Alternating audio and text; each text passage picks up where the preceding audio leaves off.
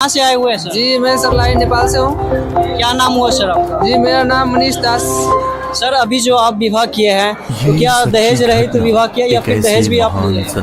जी दहेज रहित है, दहेज मुक्त विवाह है। सर अभी जो विवाह किए आप, आपको नहीं लगता है कि हमें भी बैंड बाजा के साथ में धूमधाम से विवाह करें? जी मुझे बिल्कुल नहीं लगता है। जब से मैं संत रामपाल जी महाराज जी का ज्ञान सुना हूँ, नाम दीक्षा मंत्र प्राप्त किया, जब से मुझे कभी भी नहीं लगता है कि डीजे बजा कर संत गरीबदास जी महाराज की। बहुत बहुत संत गरीबदास जी महाराज का जन्म हरियाणा के जिला झज्जर गांव छोड़ानी में सन 1717 में जाटों के एक प्रसिद्ध धनखड़ परिवार में पिता श्री बलराम जी और माता श्रीमती रानी देवी जी के यहाँ हुआ था। गांव छोड़ानी में गरीबदास जी महाराज का नानका है। गरीबदास जी गांव करव था, जिला रोहतक हरियाणा के रहने वाले धनखड़ गोत्र के थे। इनके पिता श्री बलराम जी का विवाह गांव छोड़ानी में शिवलाल सिहाग की बेटी रानी देवी से हुआ था। समाज की हमारे गुरुजी संत रामपाल जी महाराज जी का उद्देश्य है भारत को दहेज मुक्त बनाना। आज के जमाने में जहाँ लड़कियों को सब बोझ मानते हैं, वहीं हमारे संत रामपाल जी महाराज इस बोझ को ही खत्म कर रहे हैं। यहाँ पे सिंपल तरीके से रमैनी होती है, ना उसमें बैंड बाजा ना हल्दी, कोई भी रस्म नहीं होती है। और ये इस माध्यम से गरीब जो बाप है वो अपनी बेटी की अच्छे से अच्छी तरीके से रमैनी कर सकता है बिना कोई टेंशन के। और यहाँ पे कोई भी दहेज नहीं लिया जाता है, ना 1 रुपया लिया जाता है, फ्री में निःशुल्क रमैनी होती है परमात्मा के आदेश के अनुसार। जैसे हर लड़की के माता पिता लड़की के जन्म होते ही दहेज के लिए, उसके शादी के लिए पैसे इकट्ठे करने लग जाते हैं। क्या आपके माता पिता ने भी आपके लिए ऐसा कुछ किया? हाँ, जब तक संत रामपाल जी महाराज जी से नहीं जुड़े थे तब तक मेरे पापा मम्मी ने बहुत टेंशन लिया था, बहुत जोड़ के रखा था। लेकिन जब संत रामपाल जी महाराज जी से नाम दीक्षा लिया तब पता चला कि ये सब करने का कोई मतलब ही नहीं है, क्योंकि परमात्मा ने संयोग जोड़ रखा होता है। कुछ दूरी पर सत्य पुरुष कबीर साहिब जिंदा महात्मा के रूप में सतलोक से समाज में देश के कारण लड़कियों को मारा जा रहा है, लेकिन संत रामपाल जी महाराज के अनुयायी कोई देश नहीं लेते। सूरज सर पर आने वाला है, चलो हम सभी भोजन कर लेते हैं। हाँ, अगर इस तरह से जिस तरह से आप विवाह संपन्न कर रहे हैं, इस तरह से विवाह संपन्न किया जाए तो इससे क्या फायदा समाज को हो सकता है? समाज में एक अच्छा मिशन, एक अच्छा संदेश जाएगा ये कि बिना देश के विवाह हो रहे हैं। और मतलब आज हौड़ लगी हुई है कि कितना देश जरूरत से बढ़कर लोग देने के लिए तैयार होते हैं, लेकिन जो अमीर है वो तो दे देंगे, जो गरीब परिवार वाले वो उनका देखा देखी वो कर्ज में डूब जाते हैं। लेकिन संत रामपाल जी महाराज के अनुयायी ना देश देते हैं और ना ही देते हैं। तो ये समाज में एक अच्छा मिशन है और हमें भी खुशी है कि हम इसका हिस्सा बनेंगे। आज इसके पीछे यही कारण है कि आज के टाइम पे लोग बहुत ही ज़्यादा मतलब कॉस्टली शादी करते हैं और व्यर्थ का खर्चा ज़्यादा करते हैं। लेकिन हमारे गुरुजी हमें बताते हैं कि एक सिंपल तरीके से कैसे लड़की अपने घर जा सकती है और वो अपने माता पिता के ऊपर बोझ भी नहीं बन सकती। और मुझे बहुत खुशी है कि मैं अपने माता पिता पे बोझ नहीं बनी, बिना दहेज रहित मैंने भी। ये बिल्कुल बात सच है, हमारी तरफ से ना ही कोई डिमांड की गई है। और यदि डिमांड होती भी तो क्या डिमांड करते हैं? जब एक पिता ने अपनी पुत्री हमें दे दी है तो उससे ज़्यादा क्या डिमांड रहेगी? क्या नाम है आपका? नीतू दासी। कहाँ से आए हैं आप? हम बैतूल। मैम, जैसे आपके बहन की, आपके फैमिली वालों की, मतलब फैमिली से आपकी जो बहन लग है उनके अभी दहेज मुक्त शादी हुई है, तो आपको यह शादी देख के कैसा लग रहा है? हमें बहुत अच्छा लग रहा है। गुरुजी का ये बहुत अच्छा काम है, जो कि गुरुजी रमैनी करते बिना दहेज की होती है, ना किसी प्रकार के यहाँ में दिखावा होता है। और गुरुजी बहुत अच्छा कार्य करते हैं। क्या समाज में ऐसी पहल होनी चाहिए? बिल्कुल होनी चाहिए। जो अन्य परिवार वाले आप जी को देख रहे हैं उनको आप क्या कहना चाहेंगे? उन सभी को मैं ये कहना चाहूँगी, गुरुजी के द्वारा ये कार्य किया जा रहा है, एक सराहनीय काम है, जो कि आज के समय में बेटी बहुत ही सभी को बोझ लगती है। गुरुजी के द्वारा ये काम करके एक अच्छा काम किया जा रहा है। धन्यवाद मैम। हाँ, हमारे गुरुजी समाज सुधारक में बहुत अच्छा योगदान दे रहे हैं, तो उससे समाज को शिक्षा लेनी चाहिए कि हमें किस तरह पे, हमें किस रास्ते पे चलना है। आजकल सब शिक्षित है तो सबको समझ में आ जाना चाहिए, लेकिन फिर भी सब दहेज के लिए और दहेज लेने के बाद भी बेटियों को प्रताड़ित करते हैं इतना। और इसलिए हमारे गुरुजी ये संदेश देते हैं कि दहेज से बड़ा हम अपने जो पाल पोस के बड़ा कर रहे हैं और अपने कलेजे का टुकड़ा दे रहे हैं उनको, तो उसका ज़्यादा महत्व रखना चाहिए उनको दहेज से बढ़ के। कि बहुत से हमारी जो बहनें हैं उनको उन पर अत्याचार होता है, लेकिन हमारे गुरुजी संत रामपाल जी महाराज है, उनका मिशन है कि दहेज मुक्त अपने देश को बनाना।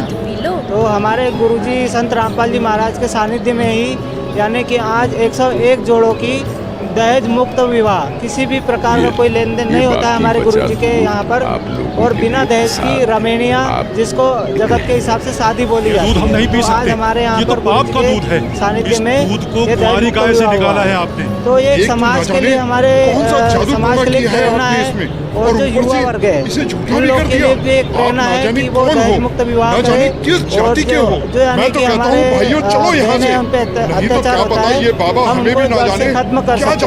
इसके लिए हमें हमारे गुरुजी संत रामपाल जी महाराज के द्वारा लिखी पुस्तकों में दिया गया है कि किस तरीके से हम समाज में फैली हुई बुराइयों को समाप्त कर सकते हैं। रागनी दाशी, कहाँ से आए हैं? बिहार शिवहर जिले से।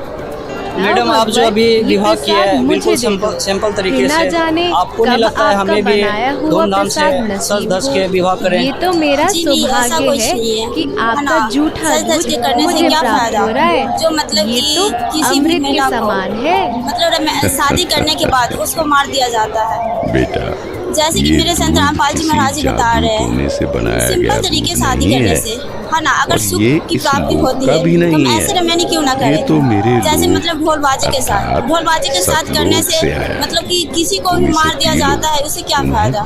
इसलिए हम लोग सिंपल तरीके से बाबा जी दीजिए। मैडम, अभी हम ऐसे युवाओं को ये संदेश देना चाहते हैं कि वो सारा एक बेकार का पैसा खर्च किया जाता है, और आप सद्भक्ति अपनाओ। संत रामपाल जी महाराज द्वारा जो बताई गई सद्भक्ति मार्ग पे चलो, भक्ति तो मैं करता हूँ, ऐसा करो राम कि राम मतलब समाज करता को एक हूँ, संदेश जाए, सीताराम और राधे श्याम का भी जाप करता हूँ, बजरंग बली की जय भी बोलता हूँ, घट रामायण और देखी, शंकर भगवान की जो पूजा भी व्रत करते करता हैं हूँ। जैसे एकादशी चतुर्थी वगैरह, इनको करने से क्या होता है वो सारी चीज़ें देखी।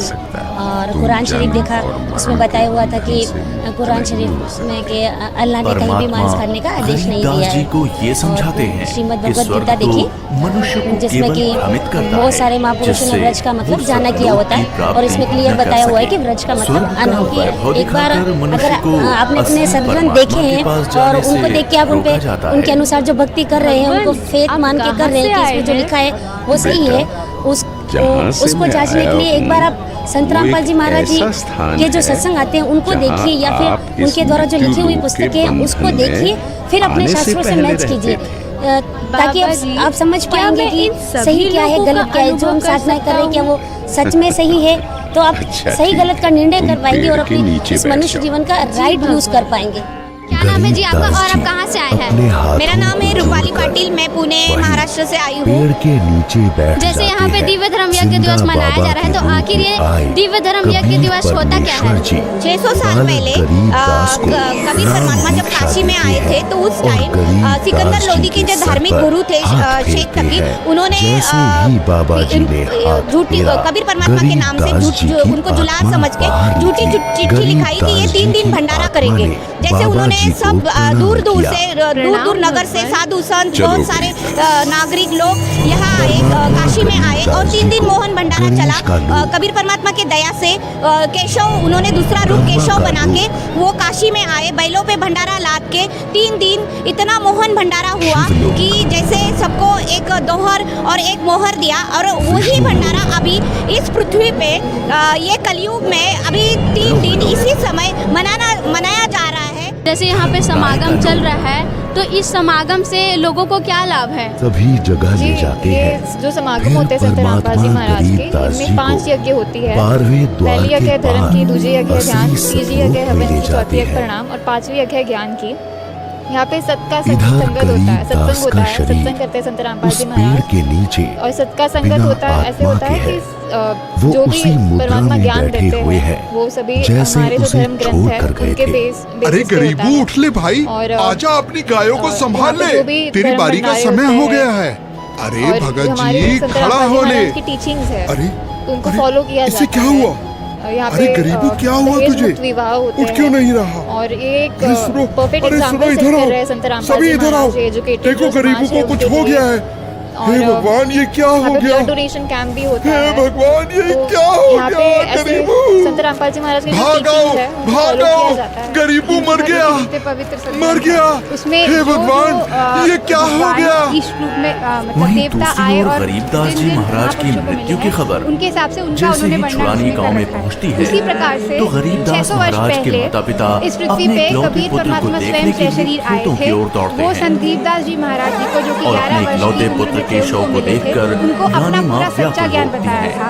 संत जब दीपदास सारा जी गांव महाराज गरीबदास जी की आयु महाराज उस की वक्त 11 वर्ष आकस्मिक की मृत्यु थी से और व्याकुल था, परमात्मा उन्हें तो इस सतलोक बात लेके से गए थे। बेखबर सतलोक गरीबदास जी जहाँ जाने के बाद कबीर साहिब जी के इंसान मनुष्य इस साथ पृथ्वी सतलोक पे के लौट के विहंगम नजारे वापस देख जन्म रहे मृत्यु के थे। चक्कर में नहीं आता, सदा के लिए अमर हो जाता है।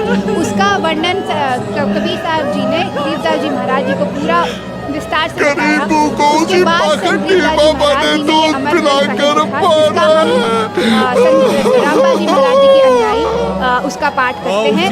बंदी छोड़ संत रामपाल जी महाराज जी के बताए अनुसार उसका यहाँ पे आप पाठ शेख तकी ने कबीर परमात्मा को यहाँ से भगाने की कोशिश में झूठी चिट्ठी लिख दी। उसके बाद में परमात्मा ने सतलोक से अपना सारा माल बना बनाया यहाँ पर 9 लाख बैलों के ऊपर लाकर या काशी के चौपर के बाजार के अंदर बहुत बड़ा विशाल टेंट लगाकर और सफेद टेंट और उसके अंदर सभी प्रकार के मोहित भोजन परमात्मा के साहिब ने सभी को खिलाया। तो सभी लोग कहने लगे भाई इतना मोहित भोजन कराने वाला ये है कौन? कबीर जी बोल रहे हैं कबीर करवा रहे हैं। वो कबीर कहाँ है? तो वहाँ पर केशव रूप में परमात्मा दूसरे रूप में केशव बंजारे के रूप में वहाँ पर बैठे थे। तो उन्होंने कहा भाई मैं उन्होंने पूछा भाई कबीर साहब आपकी क्या लगते हैं और आप कौन है? मैं केशव नाम का बंजारा हूँ और कबीर जी का मैं पगड़ी बदली यार। जी आपका नाम क्या है और आप कहाँ से हैं? वो एक यातना देने की जगह है। मैं नेपाल से। वो तुम्हारे लिए जी आप यहाँ क्या पढ़ रहे हैं इस किताब के अंदर? वहाँ कोई भी जीव सुखी नहीं है। चाहो तो नीचे मृत्युलोक की तरफ देख लो। मांस खाने का आदेश नहीं है। उत्पत्ति में 29 से 30 में जो पूर्ण परमात्मा है जो सबका मालिक है उसने मांस खाने का आदेश नहीं दे रखा। अब इस जानकारी के माध्यम से अब आगे क्या करेंगे आप? ये इस जानकारी के माध्यम से मैं अपने जो मेरे फ्रेंड्स हैं बहुत ईसाई लोग हैं अपना कीमती जीवन नाश कर मोबाइल के थ्रू फेसबुक के थ्रू जानकारी दूँ और कर्म कांडों में फंसा रहता है। धन्यवाद। क्या नाम है जी आपका? मृत्युलोक पर कहाँ से आए हैं तत्वज्ञानी आप? संत की कृपा से जब से हम इस समागम में आए हुए हैं तब से हम सुन रहे हैं बंदी छोड़ के जयकारे। आखिर ये बंदी छोड़ का अर्थ होता क्या है? शिवलोक, ब्रह्मलोक जैसे जिन 21 ब्रह्मांड के लोकों में तुम गए हो वहाँ से भ्रमित हुए बिना जो भी जीवात्मा सतलोक में आती तो सतलोक में खाली पड़े महलों में वो बिना किसी भेदभाव के रहते। प्रमाणित करते हैं कि धरती संत रामपाल जी महाराज जी वो पर राजा हो, जो कि हमें पूर्ण रंग मोक्ष दिलवा सकते हैं और नीची जाति में जन्म हो या उच्च जिसकी हमें जाति करनी चाहिए। में, यहाँ सतलोक में सबके लिए एक जी मेरा नाम समान सपना दासी व्यवहार है। है। जैसे यहाँ हम इस कोई समागम में आए हुए हैं तब से हम एक ही शब्द सुन रहे हैं सत साहिब सत साहिब। आखिर इस सत साहिब का अर्थ होता क्या है? देखिए जी सत साहिब का अर्थ होता है जो सत्य यानी कि सच्चा, साहिब यानी कि भगवान। जो सच्चा साहिब है सच्चा भगवान है उसको हम सत साहिब बोलते हैं। जैसे आप बोलते हो कि हरे राम हरे कृष्ण राम राम हरि ओम आदि मतलब शब्द बोलते हो आप, तो इसी टाइप से हम सत साहिब बोलते हैं। सत साहिब का अर्थ है सच्चा भगवान, सच्चा मालिक, सच्चा खुदा, सच्चा रब, सब कुछ सत साहिब होता है। धन्यवाद। जब आप यहाँ विशेषता यही है कि कबीर परमात्मा का जैसे काशी में वो मोहन भंडारा लाखों लोगों को खाना खिलाया जाता था, मतलब वही खाना वही रिपीट हो रहा है कि अभी इस पृथ्वी में ये बैतूल में लोगों को ये मोहन भंडारा 3 दिन पूरे फ्री, कोई उनसे कुछ लेना नहीं ना देना नहीं। वो लाडू जिलेबी हर तरह सब्जी पूरी ये सब मोहन भंडारा अभी सब लोगों को फ्री में खिलाया जा रहा है 3 दिन। यही इस दिव्य धर्म यज्ञ दिवस का विशेषता है। पुण्यों से धनी हो जाओ। सत साहिब जी नीचे जाकर मेरे ज्ञान का प्रचार